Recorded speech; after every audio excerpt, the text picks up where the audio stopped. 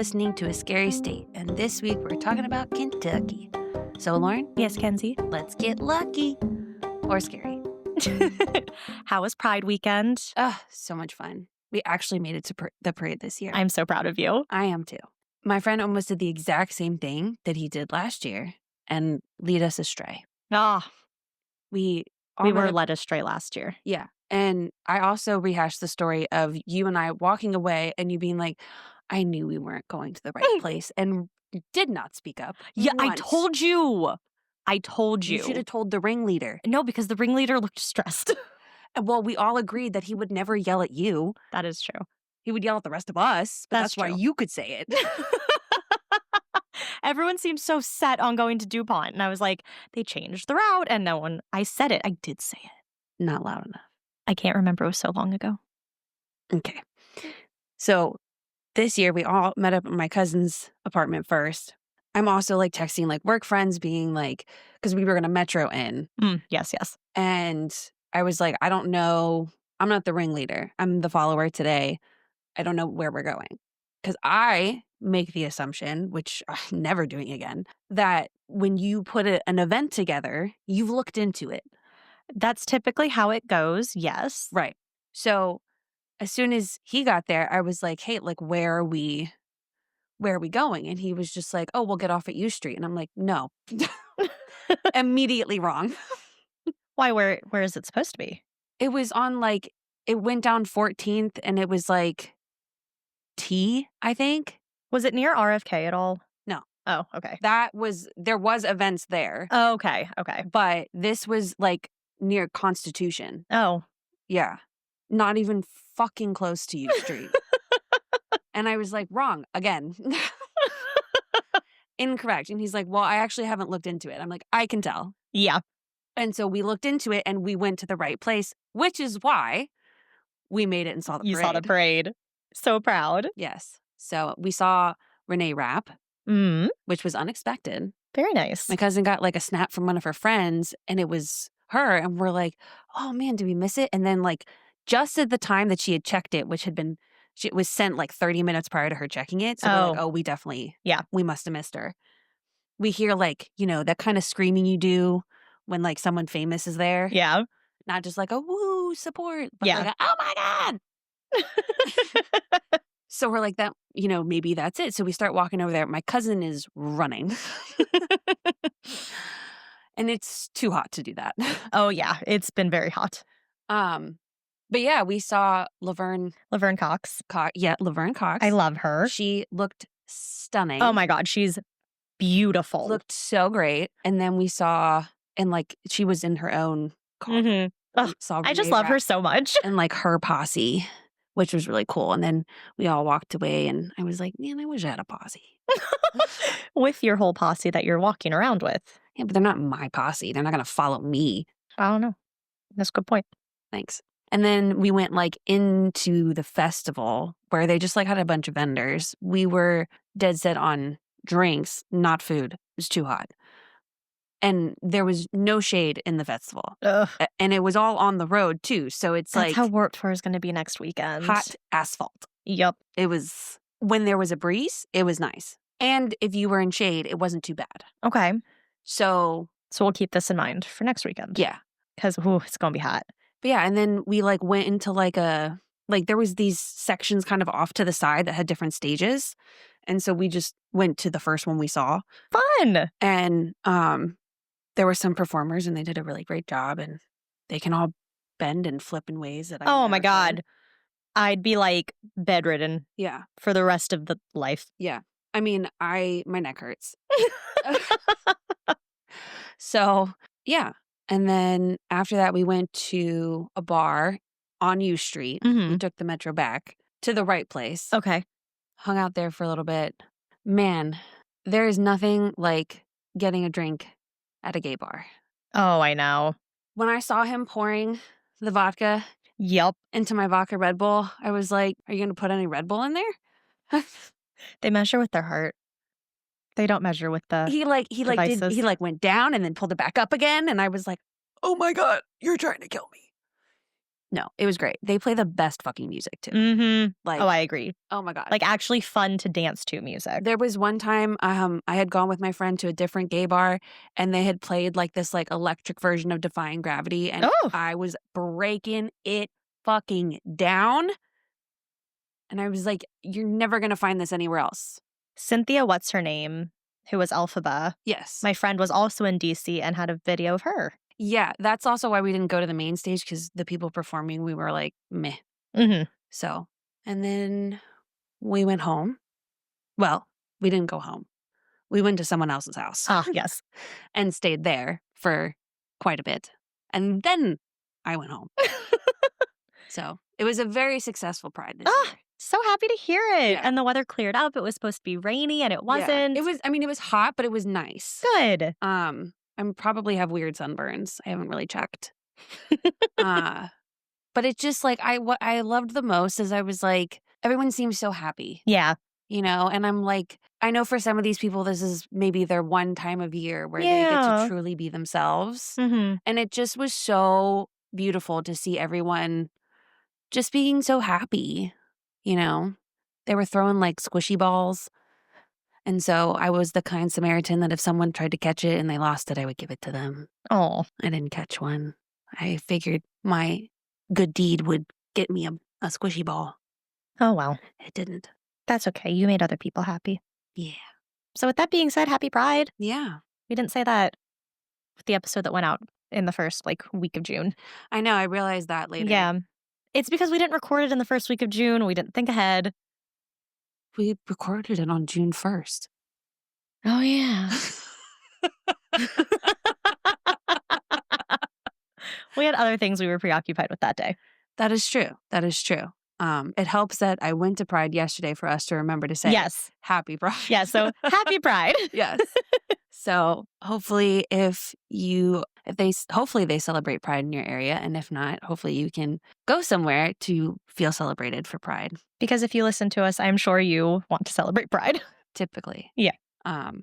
Or support other people wanting to celebrate Pride. Yeah. Even if you don't yourself. Yeah.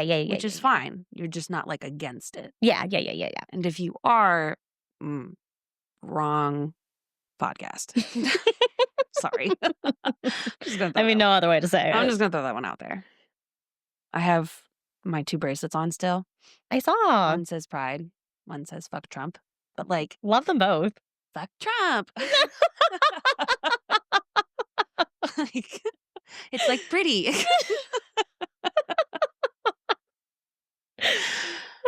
So, and they were, giving it out for free. Just you had to take it. Yeah. Un-American if you didn't. Oh, really?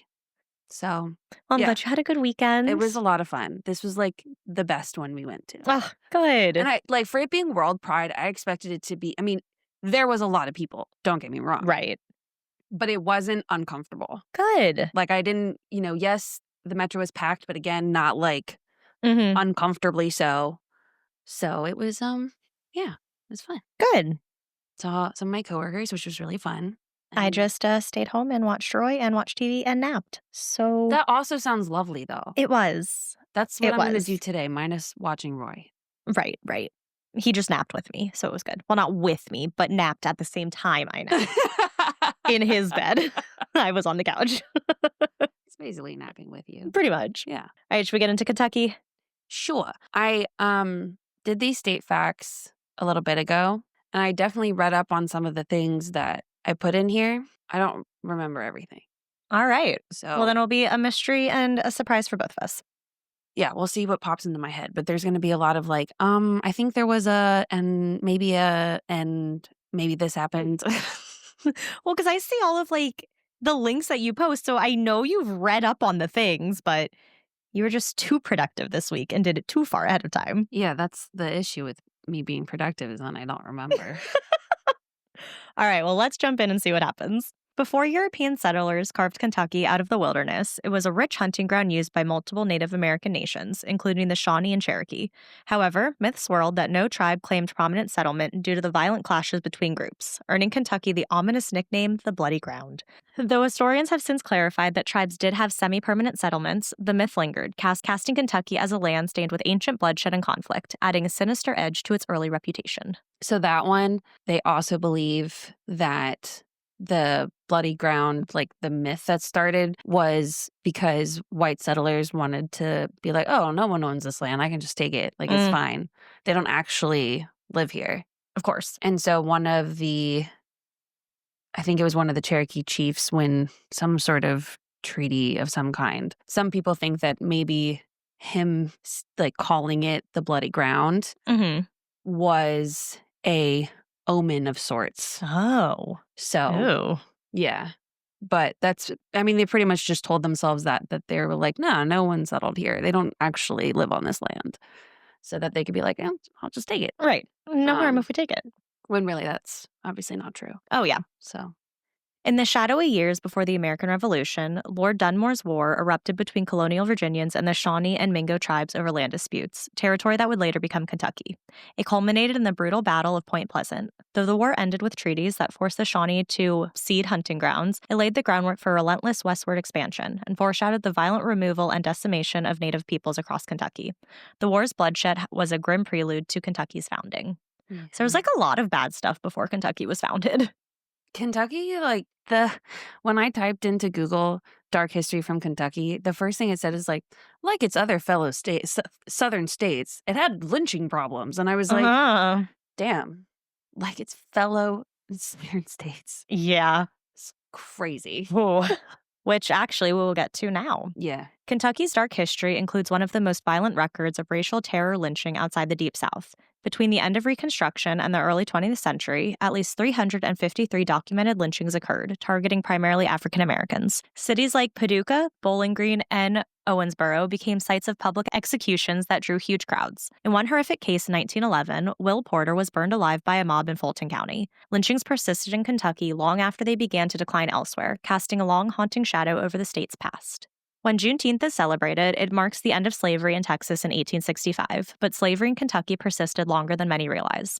Kentucky, a Union state that never seceded, was not covered by Lincoln's Emancipation Proclamation, which applied only to Confederate states. Slavery in Kentucky continued legally until the ratification of the 13th Amendment in December of 1865.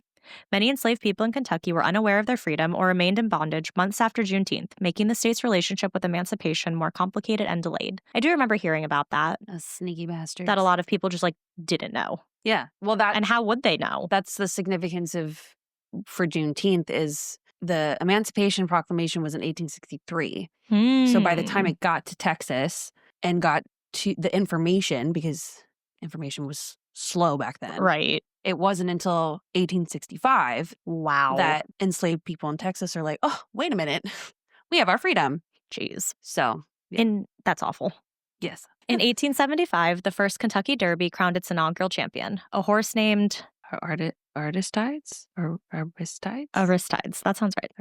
Aristides, ridden by Oliver Lewis, a black jockey. In fact, 13 of the 15 jockeys in that race were black, many of them formerly enslaved or descendants of enslaved people. Despite their dominance in early racing, by the 20th century, black jockeys were pushed out of the sport by racist laws and intimidation. Lewis himself would fade into obscurity, and black participation in the Derby all but vanished. A stark reminder of how segregation and systematic racism erased black excellence from one of America's premier sporting traditions. Yeah, and apparently he, the wording of it I didn't understand because I don't watch horse racing. Right, I don't But either. it was something about, setting a pace, or from what it sounded like, it's he set the bar, or he set the standard, or something like that that's, still used today. Oh, wow. Or something along those lines. Yeah. I like I said, it's horse racing lingo I that don't know. But right. From what I gathered, it sounded like he was the pioneer for whatever kind of system. Wow. Whatever it is that they still use. Dang. What that is, I don't really know. I don't either. So. Like many regions in Appalachia, Kentucky was not immune to bloody family feuds, and few are as deadly as the Hargis-Cockrell feud in Breathitt County. Probably Breathitt. Breathitt, also known as Bloody Breathitt. Beginning in the late 19th century, it involved bitter political rivalries between the Democratic Hargis family and the Republican Cockrells. Over 100 murders were tied to the feud, including ambushes, courthouse shootings, and assassinations. The feud's violence was so notorious that national newspapers dubbed Breathitt County the Dark and Bloody Ground. There's that bloody ground again. Omen. Of the mountains, rekindling the state's violent image. Yeah, I was trying to find, like, a link to this, Mm-hmm. and it brought me to, like, a newspaper article written in, like, 1903. Oh my gosh. I didn't read... Was that when Democrats were Republicans, Republicans were Democrats? You know what I mean? Yeah. I don't remember when that switch happened. I don't either. I think it already did. Oh, okay. I think that switch happened in the late 1800s. You're the history person. I will not be able to give any answers. I don't know. I'll have to look that up. But I thought the same thing when I read it. Yeah. I was like, I wonder which is was which at Yeah. the time. But yeah, it's like the what's that famous feud from like West Virginia? The Hatfields. The Montagues and the Hathaways. No. That's from Romeo and Juliet. Verona. Is that where that takes place? That sounds good. Okay. No, this is in West Virginia. The Hatfields and the McCoy. Oh, that is ringing a very slight bell. Okay, because that popped up when Okay. I looked this up. So it's like that, but just in Kentucky. And right next door, pretty much. I mean, yeah, it is. Yeah, actually. Yeah. Consulting our map. They touch. They touch. And an itty bitty part of Virginia also touches Kentucky. Yep.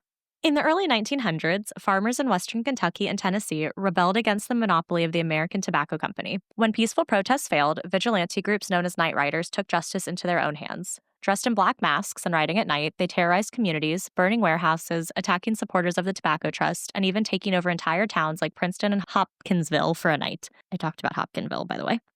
Yes, you did. The Region of Terror showed how economic exploitation could quickly spiral into vigilante violence. In 1969, an explosion rocked the Bluegrass Army Depot near Richmond, Kentucky, one of the U.S. military storage sites for chemical weapons. Oh, good. The blast killed 3 workers and exposed the hidden dangers of stockpiling deadly agents like sarin and VX nerve gas in the region. The depot remained shrouded in secrecy for decades, and only in recent years have efforts been made to safely destroy the stockpile. Read that sentence again. Why? It sounded like when you said depot, you said deeper.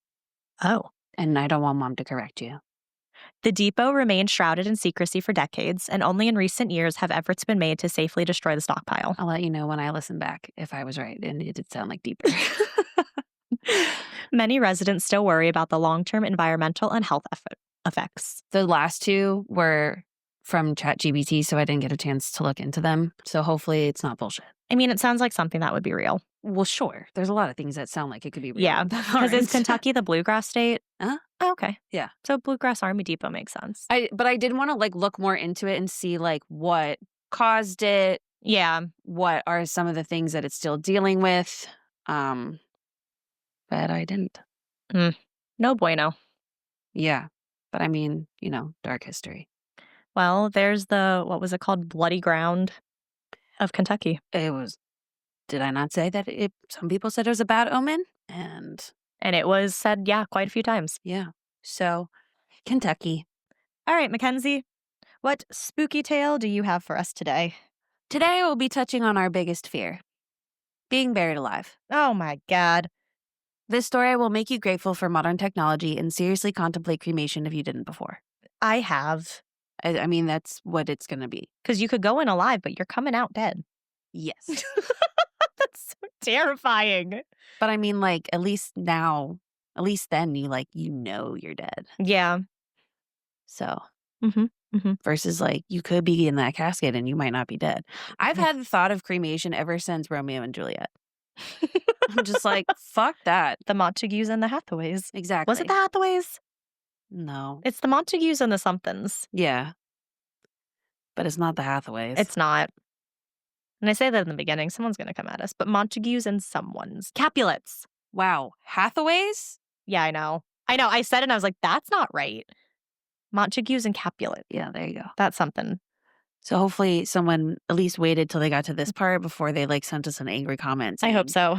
It's the Capulets. Someone's like, well, if you listen a little bit longer, you would know that we corrected We got there. We got there. In our own brains. We didn't even look that up. Your own brain. My own brain. I was never going to come up with it. So I found a blog on the National Museum of Funeral History. Of funeral history? Yep. Okay. The NMFH. Okay. The post was by Bob Botticher that discusses the fear of being buried alive. Bob said that during his 56 years of being a funeral director, he could not recall a time that a family had a concern that their loved one would be buried alive. As Lauren talked about in our Halloween fears episode, tephophobia is the fear of being buried alive. Did I say that right? Okay. I don't know. Okay. Today, being buried alive is more of a problem in movies and books than it is in real life. But where does it come from? During the 18th and early 19th century, it was an actual fear that spread across the world. There were hundreds of medical reports that showed untrained medical personnel had pronounced people dead when they were comatose or unconscious. According to Bob, quote, the chances of this happening today would be very slim. The world then was experiencing pandemics, such as the Third Plague Pandemic in 1855, one of the deadliest in history, the bubonic plague in 1899 that originated in Honolulu, and multiple cholera epidemics. The bubonic plague started in Honolulu? That one did. Oh, wow. There's been many bubonic plagues. Yeah, it comes back around. Oh, okay. Like sicknesses do. Gotcha. Yeah. The Black Death that we know of, that was like the 1300s. Oh, okay. Yeah. Okay. Yeah. George Washington shared this fear, and on his deathbed, he requested that they wait 3 days after his death before burying his body. I mean, valid. Right. Mortuaries in London in the early 1800s would hold bodies for days, waiting for signs of putrefaction. That, which is the process of decay. Yeah. If you didn't know.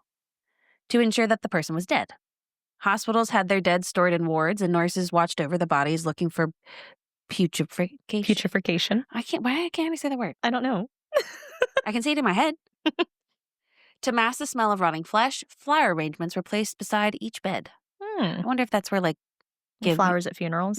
Maybe. This fear was validated by early newspaper publications that reported cases of exhumed corpses that appeared to have been accidentally buried alive. The New York Times reported on February 21st, 1885, that a man from Buncombe County, North Carolina, was possibly buried alive. I don't like that. Well, no. Like I said, it's not happy state. No. His body was found turned over onto its front. No, that must be wrong. No, that would make sense. Oh, yeah, no, that... Because they are on their back, so Yes. turned over onto the front. Okay. You shouldn't be like that. You could see your back. Okay. Yeah. His body was found turned over onto its front inside the coffin with a lot of hair pulled out. There were also scratch marks visible on all sides of the coffin's interior. Another story from the Times was in January of 1886 about a, quote, girl named Collins from Woodstock, Ontario. When she was exhumed, her body was described as being found with her knees tucked under her body, and the burial shroud, which is a wrapping cloth for a deceased person's body often used in green burial practices, was, quote, torn to shreds. So this brings us to our story today. The legend of Octavia Hatcher being buried alive still haunts, literally, Pikeville to this day. James Hatcher met Octavia. Don't let me say Olivia. Okay. I wish I had a, like, squirt gun. Yeah. Why I say Olivia just goes. James Hatcher met Octavia Smith in 1889, and then the two were married. The Hatcher family was very prominent in the area at the time, and James Hatcher was a pioneer in the southeastern Kentucky timber business, and when the need for coal took off, he opened the Hatcher Coal Company. Information about Octavia is scarcely available. Even because she was a woman at that time. True. And then more people are focused on, like, what happens to her. Right. Because even her Find a Grave page only talks about, like, the legend that comes with her name and nothing about her personal life. Oh. Yeah. That's sad. It is, because there's all this stuff on James. Obviously. Shortly after getting married, James and Octavia were expecting their first child in early 1891.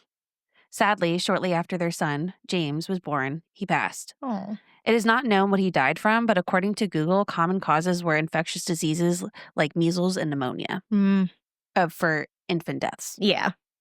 After the death of her son, Octavia fell into a deep depression and became very ill. By April of 1891, Octavia was confined to her bed and eventually slipped into a coma. She died on May 2nd from what doctors believed was an unknown illness.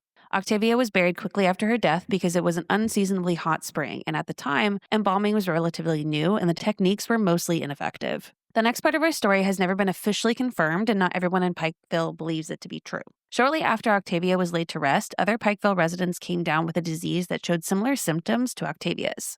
The difference was that these people recovered after lying in a coma for several days. Oh, God. Some reports say it was the TSD fly. Oh, yeah. I definitely didn't say that right. No, you didn't, but I don't know the right way to say it either. Yeah, which is an African insect that can cause the disease known as the sleeping sickness. And other reports say that it was like a mosquito type of illness, like from a mosquito bite, like not, what is it, malaria? That's a thing for mosquitoes. Yeah, not that, but something. Yellow fever? No. No. It didn't say. They just, most of the articles said like an insect or like a fly or something like that. Yeah, that makes sense. As they saw other people wake from their comas, the Hatcher family started to worry about Octavia. Could they have mistaken her coma for death? Was she buried alive? Fearing the worst, Mr. Hatcher had Octavia exhumed and opened her casket. Legend says that Octavia's fingernails were cracked and bloody, and her face was contorted into a terrified expression, and the inside lining of her coffin was shredded. Mr. Hatcher was inconsolable after discovering his wife was most likely buried alive. Yep. He had an expensive marble statue, supposedly created in Italy, of his late wife and placed it right next to her and baby Jacob's grave sites. At one time, a carving of her baby had been placed in the statue's arm, but in more recent times, vandals have managed to break the arm off, and the infant lies on the ground next to the marker. Why do people suck? I don't know. However, I also read that the baby was never in her arms, but one of her hands is in fact missing. Oh, no. So, I don't know. Sometimes the line between truth and legend blurs. Oh, yeah, especially for this one. And I get into that.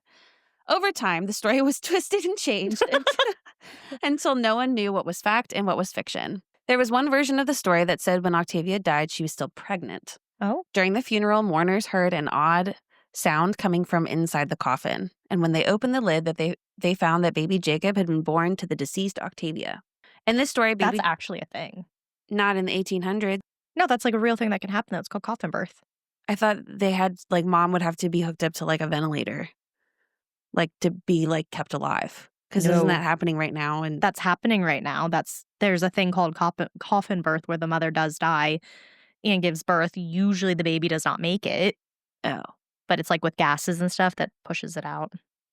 Okay, that makes sense. Yeah. Well, supposedly in this story, he only survived for a few days. But it's all bullshit anyway, because if you look at the grave markers at the family gravesite, it'll immediately disprove it because it shows that Jacob died several months before Octavia. Yeah. So we know that didn't happen. Right. As the tale took a more urban legend quality, students from the local college and teenagers in the area would go to the cemetery around Halloween to drink and scare each other. They claimed that the statue would come to life on certain nights and frighten trespassers out of the graveyard. It was during this time that someone broke off part of the arm on the Octavia statue. I don't know how. As more people came to visit the gravesite, a new version of the legend began to unfold. According to this version, Octavia's spirit was angry at the people of Pikeville for allowing her to be buried alive. Okay. On the Lauren, valid. On the anniversary of her death, she would literally turn her back on the city. The statue mounted on her grave marker would turn on its pedestal and would face the opposite way. Oh, that's creepy. This story was believed for many years until it was revealed that the turning of the statue was the work of sneaky college students. That's really funny. I thought so too. Even though the stories about Octavia were debunked, the rumors about the cemetery being haunted never seemed to die down. I see what you did there. You got this like mischievous smile when you make sure that I hear what you said. People who visited the site and lived near the graveyard often spoke of hearing strange cries in the darkness and seeing misty apparitions in the vicinity of Octavia's grave.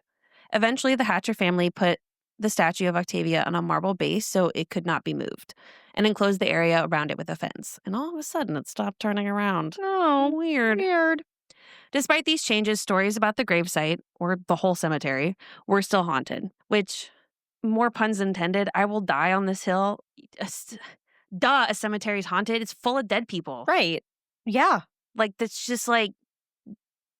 It'd be weird if a cemetery wasn't haunted. Right. I feel like it just comes with the territory. Yeah. Literally. One couple who lived in the area for 30 years said that they heard the sound of a woman weeping that came from the direction of the burial plot. When they checked the area, no one was in the cemetery.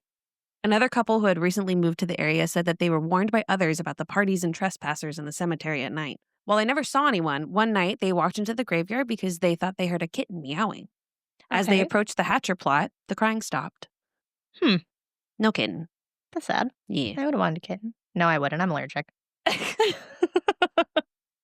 Glad you figured that out. The legend of Octavia Hatcher comes with mixed reviews.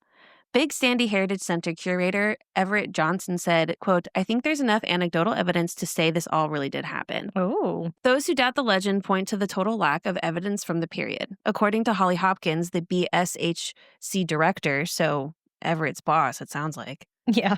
quote, "There are no documents to support the fact that she had this sleeping disease, that she was buried alive, or even that she was exhumed." Which is all true. There is no official record. Yeah. They argue the legend may have originated from some of James' eccentricities. Okay. Apparently, he was a very odd man. He was an amateur historian of sorts and was even known to tell a tale about a woman and a child who were crushed by a large stone and then haunted the site of their death, strikingly similar to some of the later stories associated with Octavia's grave. The walls of James Hatcher's hotel, opened in 1916, were covered with quotations. The hotel was also featured a museum, which displayed artifacts from the days of pioneer settlers, as well as James' own custom-built coffin, which we'll get to in a second. Interesting. Many inventors wanted to alleviate public concerns and make some money along the way. They included in their inventions a variety of ways a person could communicate with people above ground by the use of wires, bells, flags, tubes, and air tubes. Oh, yes. They also had spring-loaded coffin lids and above-ground cemetery hold vault doors that could easily be activated to open by the slightest body movement. Okay. As I said before, the fear of being buried alive was a global issue. The first reported safety coffin was constructed in 1792 for Duke Ferdinand of Brunswick. He had a window installed, an air tube, and a lock instead of his coffin being nailed down. The Duke had two keys, one for the coffin lid and the second for the tomb door.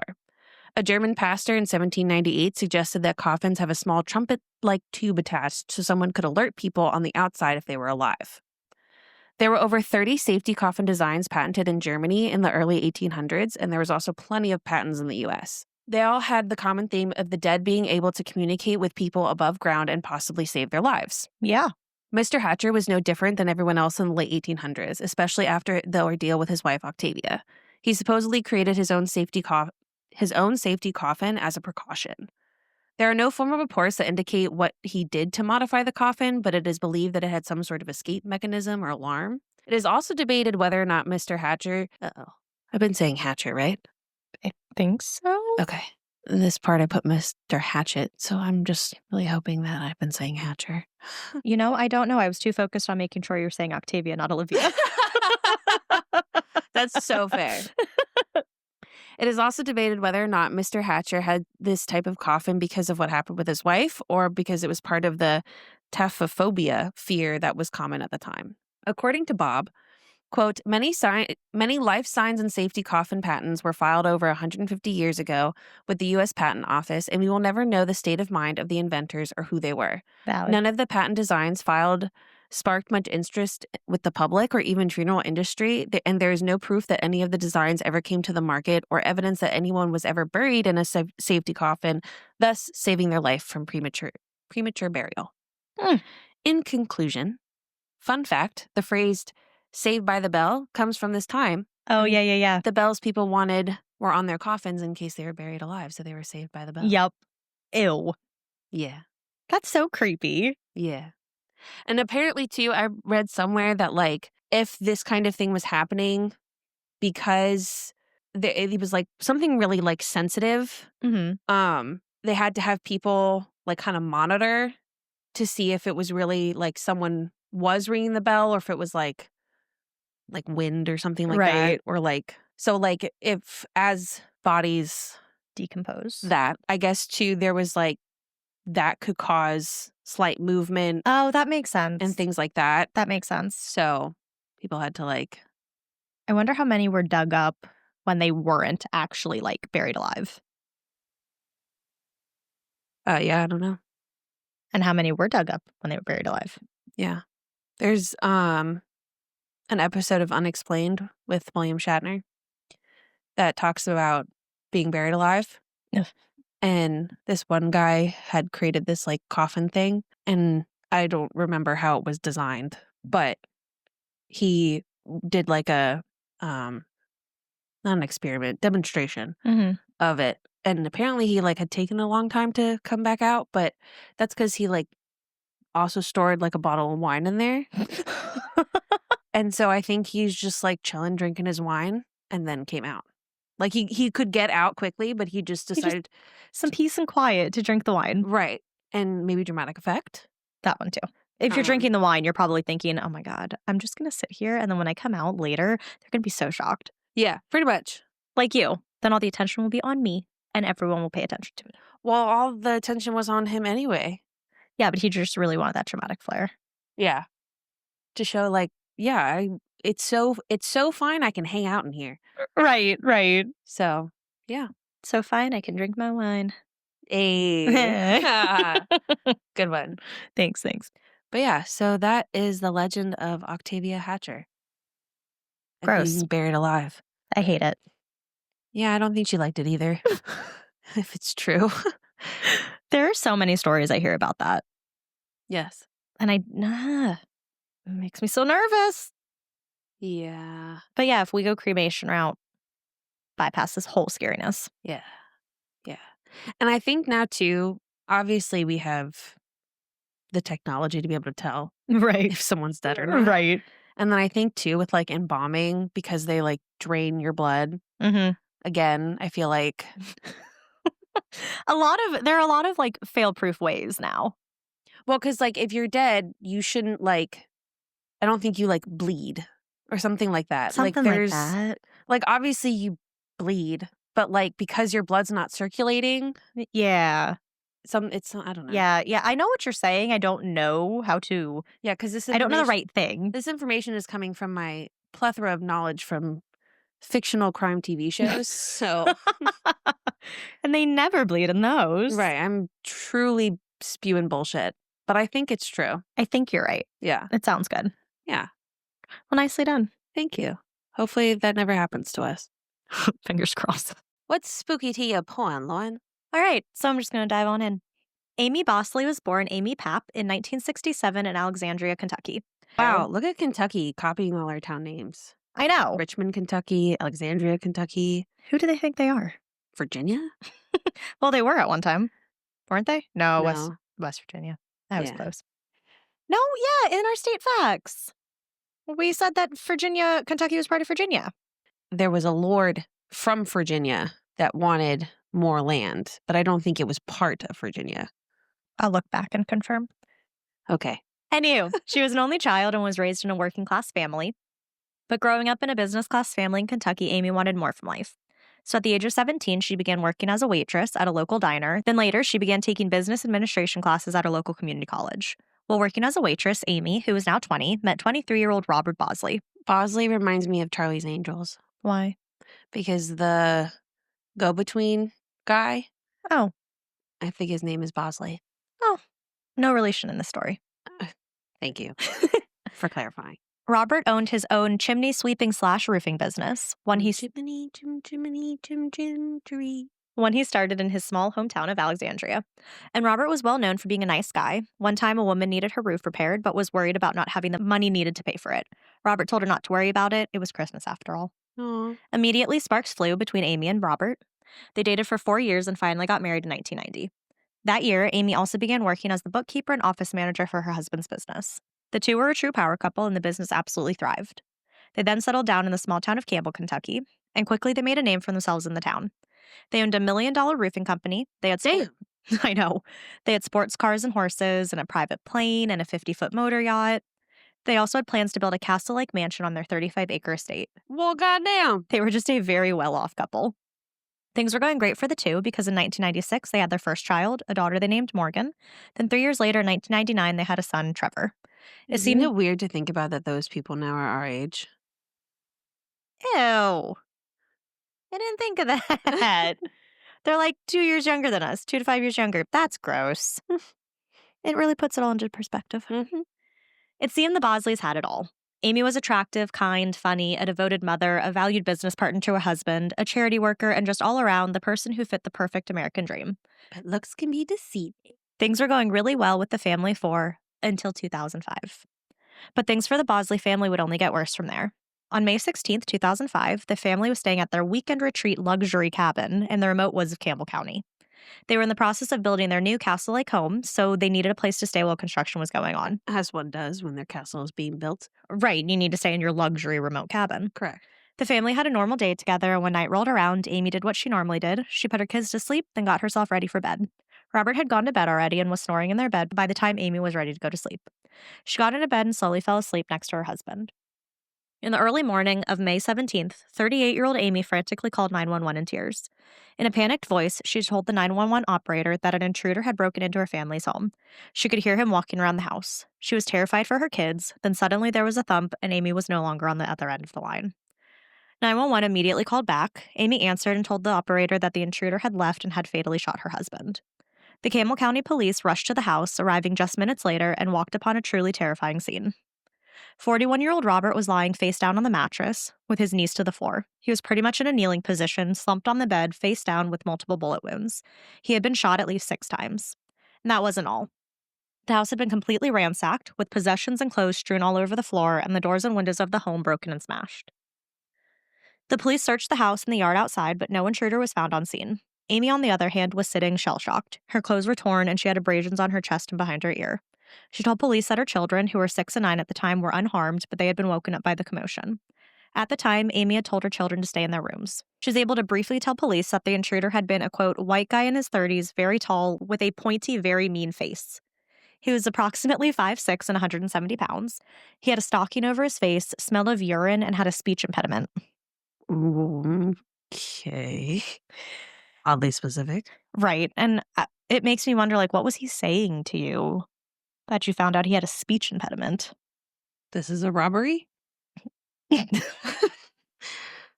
Well, she and her children were quickly taken to the house of some friends while the police looked around the scene to see what they could find to help them begin their investigation. But immediately, one detective was suspicious of what he was seeing. He said to a colleague, quote, "This is overkill. No intruder would kill the guy like this and then destroy the place."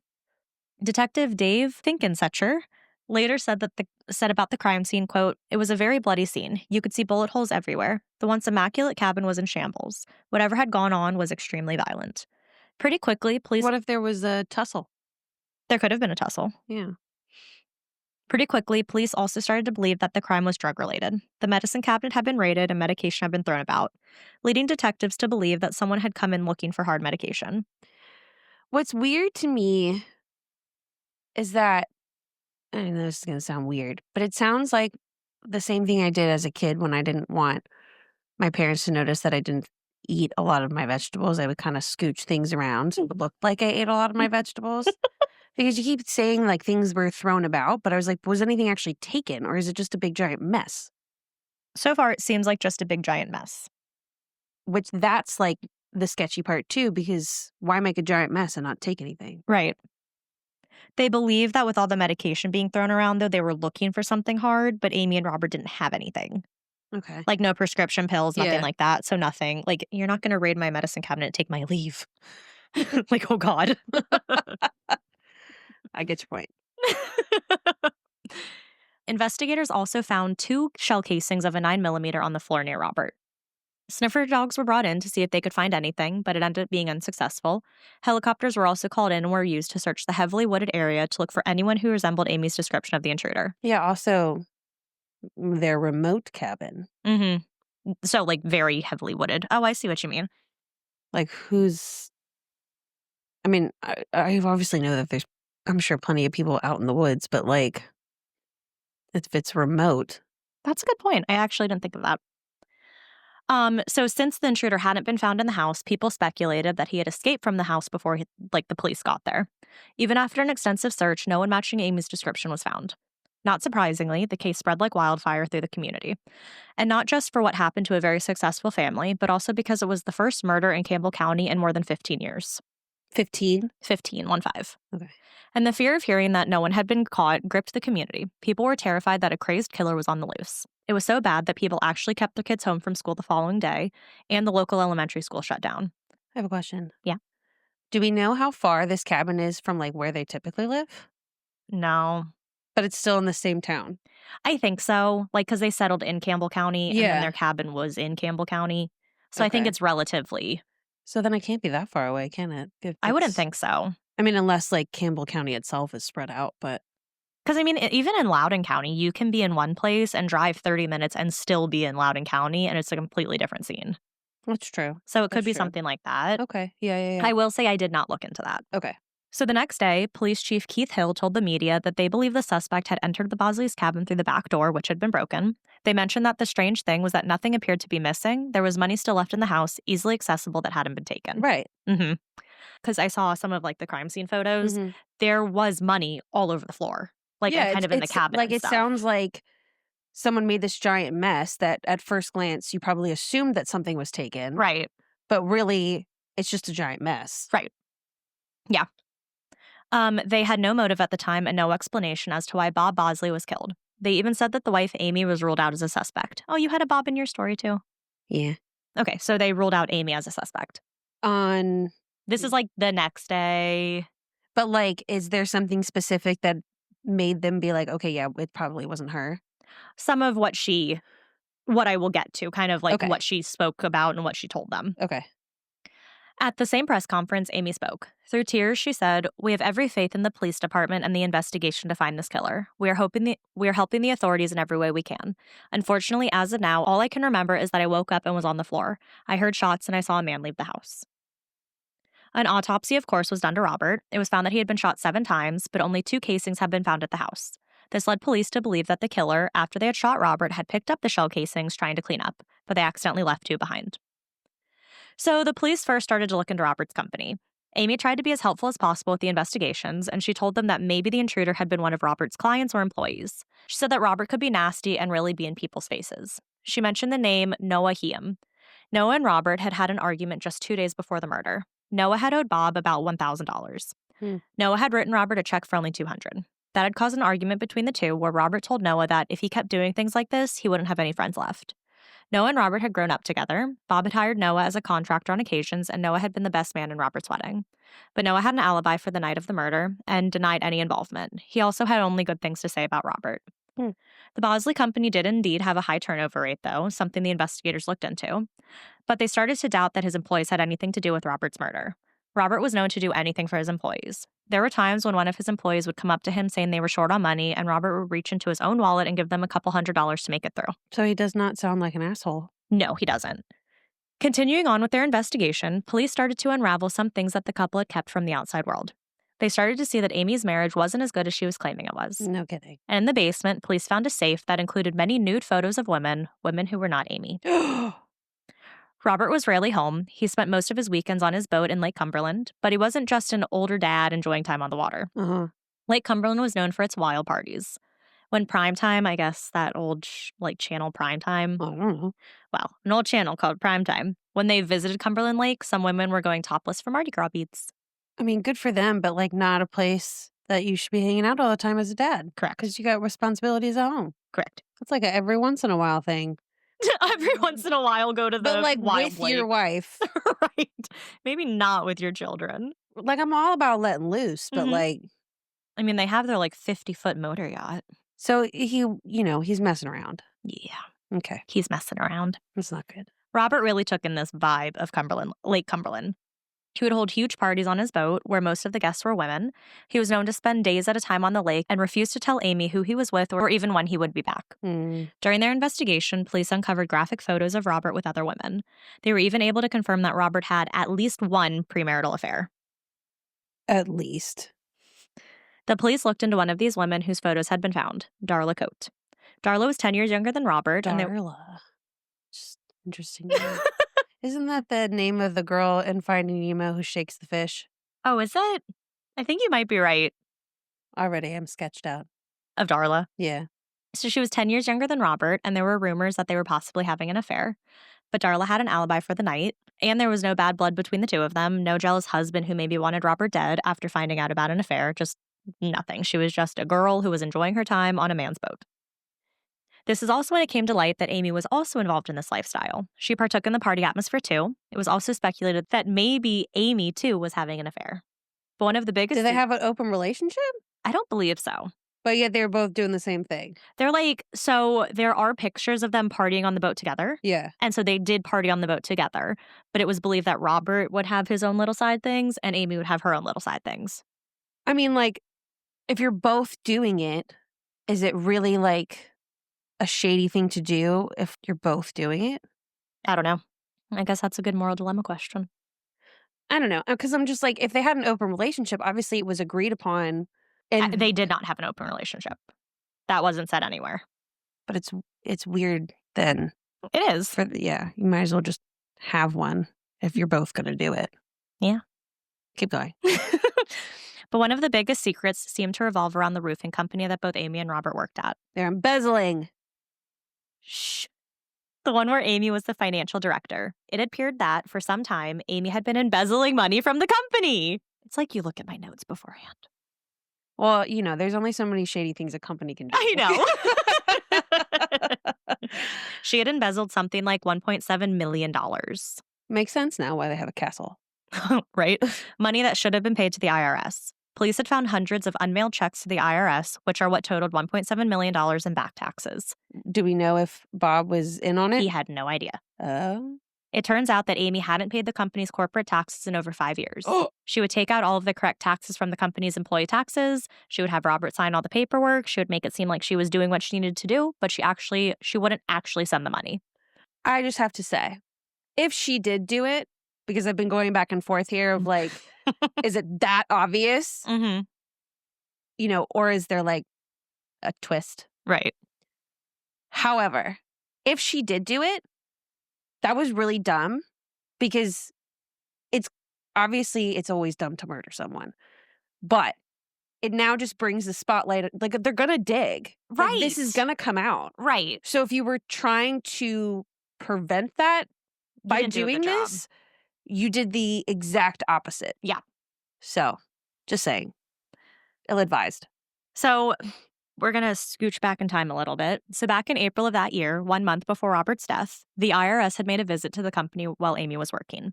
They wanted to investigate Robert for non-payment of taxes. Ew. The IRS subpoenaed the company's office records, but Amy never actually sent them. So they they wanted all of like the data and like her proof that she's filed taxes. She's like, yeah, I'll send them to you. Never did. Then on May 16th, IRS agents called Amy and demanded to speak with Robert. So Amy put Robert on the phone. Except it wasn't Robert. It was Amy trying to impersonate her husband. Was she trying to talk like this? The IRS agent said that Amy sounded like Kermit the Frog. That's hilarious. And having enough of this, they planned a direct meeting to take place the next day, May 17th, with both Amy and Robert in attendance. But that wasn't okay with Amy. She didn't want Robert to find out what she had been doing. Maybe he had suspected something, but this would prove it. After all, Amy was the one who had access to the company's finances and records, and all calls that were made to Robert were actually forwarded to Amy first, so he had no idea. Okay, let me just get timing down. Okay. It's 2005 at this point. Yep. You said they got married in 1990? Yep. And she's been working with him since at least then? Yep. So like 15 years. Mm-hmm. But she only recently started doing this? About 5 years ago. Do we ever get to why? No, not really. Okay. I mean, kind of. Well, Like why? We'll get to it. It's not like she's been doing it since she started. Right. She was doing everything, on her P's and Q's, and then all of a sudden she's like, no. We kind of get to little bits of it. Okay. It will be sprinkled throughout. Okay. And it'll big picture. Got it. So the police were starting to speculate that Amy was intent on destroying Robert's business to get even with him for being unfaithful. Oh. Quote, she was screwing up his business. That was probably one of the worst things you could do to Bob, said prosecutor Michelle Snodgrass. Her thought was, he'll probably leave me. There's nothing worse I could do to him than screw up this business. After only 10 days, suspicion quickly fell on Amy, so detectives started to question her.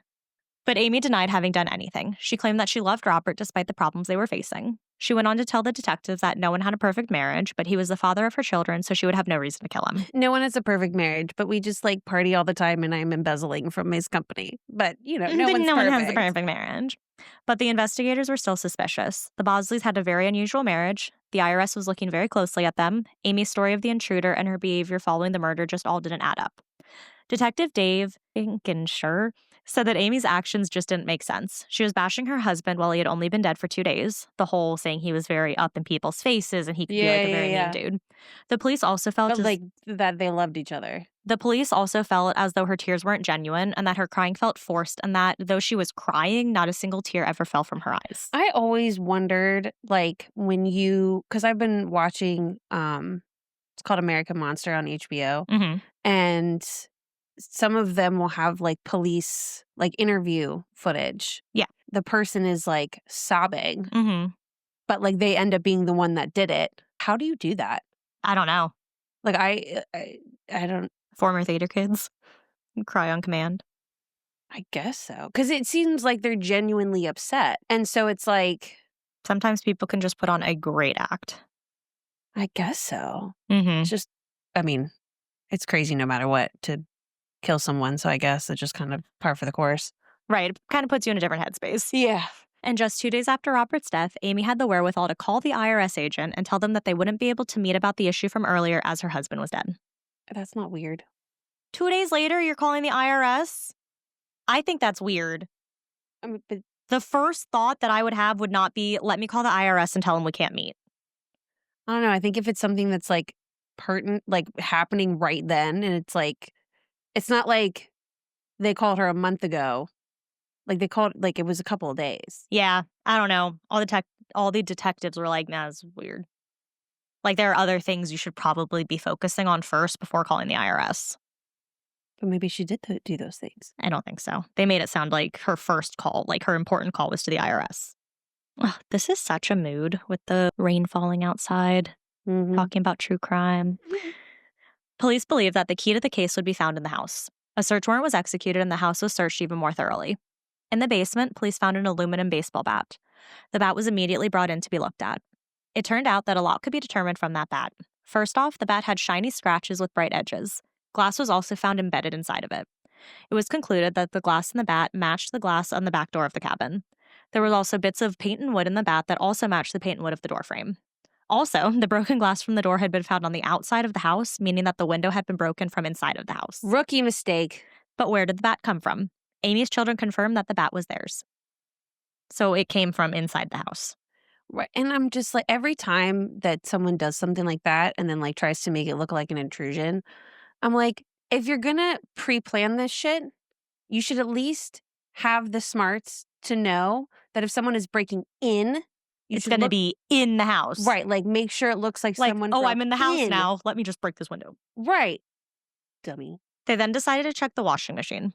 Inside of it, washing machine. Yeah, they're checking everything in the basement, trying to find, because they still don't have the murder weapon. Right. They're just trying to see what they can find. Yeah. Inside of it, among other clothes and water, they found a rolled up towel. The towel contained 4 shell casings. It had been rolled up and shoved to the bottom of the washing machine. The casings in the machine matched the casings that had been found in the bedroom, and it was confirmed that these 2 found in the room and the 4 found in the washing machine had all been shot from the same gun. This is when the police then looked into the nightshirt that Amy had been wearing. Forensic analysis showed that the shirt hadn't been ripped by an intruder like Amy claimed. Rather, the shirt had been cut at the collar, then pulled apart. Her injuries instead looked like she had taken scissors and scratched herself. Police brought Amy in again, and she denied involvement immediately. But police didn't believe Amy for 1 second, and on May 27th, so just 10 days later, at 10:45 a.m., Amy was arrested and charged with Robert's murder. One of the main issues was they still didn't have the murder weapon. They knew it was a gun, obviously, but they weren't able to find the gun until the investigators had looked back over the film they had of Amy leaving the house on the night of the murder. She wasn't holding her purse, but her sister was. It turns out that, maybe known, maybe unknown to her sister, but the murder weapon was in the bag. Her sister had eventually opened the purse and saw the gun. She immediately called it in, which is how the cops got their hands on the gun. Oh. It is really coming down outside. Oh, I don't want to get stuck here. You could get stuck at your dad's house. I mean, choice is yours. I'd rather just stand outside.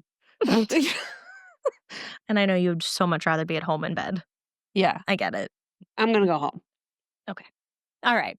So Amy appeared before Judge John Stein and a jury at the Campbell County Courthouse. At the trial, Prosecutor Snodgrass brought up the fact that they had the murder weapon, but the defense attorney Jim Morgan shot back that with no ammunition being found, like no bullets, they had the casings but no bullets, there was no evidence that the weapon had been the one that had been used to kill Robert. They didn't pull any from his body? I'll get to it. Okay. They said that there were no witnesses, no DNA, and there was still a possibility of another killer still being out there. Like, obviously, there's a pretty good amount of shit that points to Amy. Mm-hmm.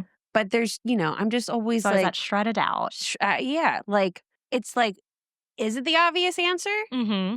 Or are they missing something? Right. Jim, know. I do. Yeah. Obviously, you covered this case. No, we're learning this at the same time. That'd be crazy. It would be. Jim Morgan also said that it was very possible that Robert had made quite a few enemies with his business dealings. When they brought up the fact that shell casings had been found around Robert, Jim Morgan said that it was very possible that the casings fell out of Robert's pockets from an earlier target practice. Quote, okay, that's stupid. Just like coins typically fall out of your pocket in the washing machine, the shell casings did too. That's how it fell out of his pocket next to him on the ground and in the washing machine. Yeah, that's dumb. They were unable to use the bullets that had been left in Robert as evidence because the bullets were too mutilated, so they wouldn't be able to be used to make any sort of definitive match. But the casings that were found matched the same, they fit the type of gun. They fit the gun, yes. Okay. But so at anything, it's just circumstantial. Right. It's not definitive. Yes. So there was a mountain of circumstantial evidence. Prosecutors admitted that they didn't have a slam dunk in the case yet, until Snodgrass pulled out her special tactic. She brought in Robert and Amy's kids' testimony. The kids, who were 7 and 9 at the time, were interviewed by child experts, and they had made statements about that night. So they weren't on the stand yet. This had been done before they were brought to trial. That sucks. They said that the glass on the back door had been shattered after the murder to make it appear as if a break-in had occurred. She said the kids had woken up to the gunshots, then had heard the glass breaking, which, if it was a break-in, you would hear the glass breaking. Did they have to testify in court? I'll get to it. Okay. This testimony was a turning point because no one wanted the children to have to take the stand to give evidence against their mother in the murder case against their father. Yes. So very reluctantly, the prosecution offered Amy a plea deal so that the kids wouldn't have to testify. Damn, that is... Don't make your kids testify against you. And to everyone's shock, Amy accepted. Because people are thinking she didn't do it. She's claiming she didn't do it. So if you didn't do it, why are you going to take a plea deal? To not let her kids go through that. She's not a good mom. She wouldn't have cared. Oh. So she changed her plea to guilty of first-degree murder for having killed her husband in exchange for a 20-year prison sentence. Oh. Before her conviction had been given, Robert's father, sister, and brother all got to confront Amy. So on November 2nd, 2006, she was granted her conviction and would be eligible for parole in 2022. I know. Was she? I'll get to it. Robert's family was furious, believing it was unfair that she would be able to serve a short sentence, then take the money she had embezzled to live a better life somewhere else. They said, quote, "All we hope is that every night you see the face of my brother and the tear-stained faces of your children who have turned into orphans, and you saw horrors that will stay with them for the rest of their lives." Snodgrass believes that Amy had used the $1.7 million to fund their lavish lifestyle, and soon enough, they were living well beyond their means. She believed that Amy had hidden the money in the backyard of the family farm, though once she made parole, the first stop she would make would be to go back to the farm and get her money. But officially, where the money is still a mystery. Ultimately, Amy only served 16 years of her 20-year sentence and was granted parole on May 18th, 2022. So what really happened on that fateful night in May of 2025? What? I have what actually happened. 2025? Sorry, 2005. Okay. I was like, what? That sentence makes complete sense. With everything going on with the IRS looking into Robert and Amy's company, Amy feared that once Robert found out, he would divorce her and leave her with absolutely nothing. She also thought that if Robert was dead, the company would be off the hook for owing any money. That if he was dead, That's not how that good. works. It's not at all. That's not how that works. At this point, Amy feared she only had one choice, and she knew what she had to do. She had to murder her husband. So on the night in May, after putting her children to sleep, Amy waited for Robert to fall asleep. Once he was snoring away peacefully in their bed, Amy grabbed her husband's 9mm pistol. She snuck into the bedroom and looked down at her sleeping husband. She then pulled the trigger, shooting Robert 6 times. Amy knew she had to cover her tracks, and she worked fast to do so. She picked up all of the shell casings, or what she thought were all of the shell casings, and did the only reasonable thing she could think to do with them. She threw them in the washing machine. Completely reasonable. Right. She then ransacked the entire house, then called the police and told them that an intruder had broken in, had attacked her, and had killed her husband. She then cut her shirt and scratched herself to make it look as if she had been attacked. The police arrived at the house to see the back window broken. Do you get into why she hung up the first time? No. Oh. Because I didn't find that out until I watched the Forensic Files episode, and they never went into it more. I knew this story sounded familiar. Really? Episode 13, or season 13, episode 22. Which is really fun because Forensic Files on like Hulu or wherever I watched it only has like 5 seasons. Yeah. It just so happened to be the season. And it Yeah. only has a couple episodes and just happened to be the episode. And I was like, the episode of the Forensic Files is called Dirty Laundry. Oh my God. Okay. So police arrive at the house to see the back window broken. They then saw Amy. Her shirt was torn and she was all cut up. That is when she told the police about the intruder who never existed, and the whole thing went on from there. I wonder why she went with pointy face. I don't know. That's like very specific. Right. Robert's sister, Debbie Webb, recalled, quote, Amy once told me that if Bob was ever unfaithful to her or left her, she would shoot him. I didn't take this seriously, but it lingered in the back of my mind. The Bosley company died with Robert. Amy and Robert's kids are living and growing up with their grandparents, Robert's parents. And as for Amy, she was released from prison in 2022. I tried to find what she's doing now, but I could not find a thing. I wonder if she kept in contact with the kids. No idea. I highly doubt it. Yeah. But yeah, so that's the story of Amy Bosley. So it was the obvious answer. It was the obvious answer. A lot of times it is. Mm-hmm. For the embezzlement of $1.7 million. Yeah, that part wasn't obvious. I didn't expect that one coming, but I was pretty sure she killed him. Mm-hmm. So you can't be in a remote cabin. Right. I think the only reason why I hesitate is because there's that one story of the guy and his girlfriend getting like kidnapped, but like no one for the longest time like believed him. Like they thought that like he killed his girlfriend or whatever, but he really did get kidnapped. Eventually they proved it that actually happened. Like it's a crazy story. Yeah. That like that's obviously made up, but it's not made up. Right. It actually happened. And so now when I hear these home invasion stories and it's like, it sounds obvious that it was the person inside the house, but it also sounded obvious that that one guy definitely got rid of his girlfriend and he didn't. He was actually kidnapped. Yeah. So I know. wait until the end. Same, because it could be a big twist. It could be a big twist. It could be what you thought at the beginning. It's just you get some weird information along the way. Yeah. That's what this case was. And I'm sure there's plenty of cases that kind of have the same modus operandi. Listen to you. Thank you. But I think I've heard this one. Maybe. I didn't. But thankfully enough, my memory is what it is. So that's why you're the perfect person to tell these stories to. Yeah. But I still wasn't sure of everything. So. Yeah. So yeah, there you go. Oh, man. Greed. Greed. Makes you do crazy things. That it does. I would say love, but it doesn't sound like there was much there. No. So. No, it doesn't. I feel like she saw him from the beginning, and maybe she did love him, but I think she saw how successful his company was and knew that's the life I want. Oh.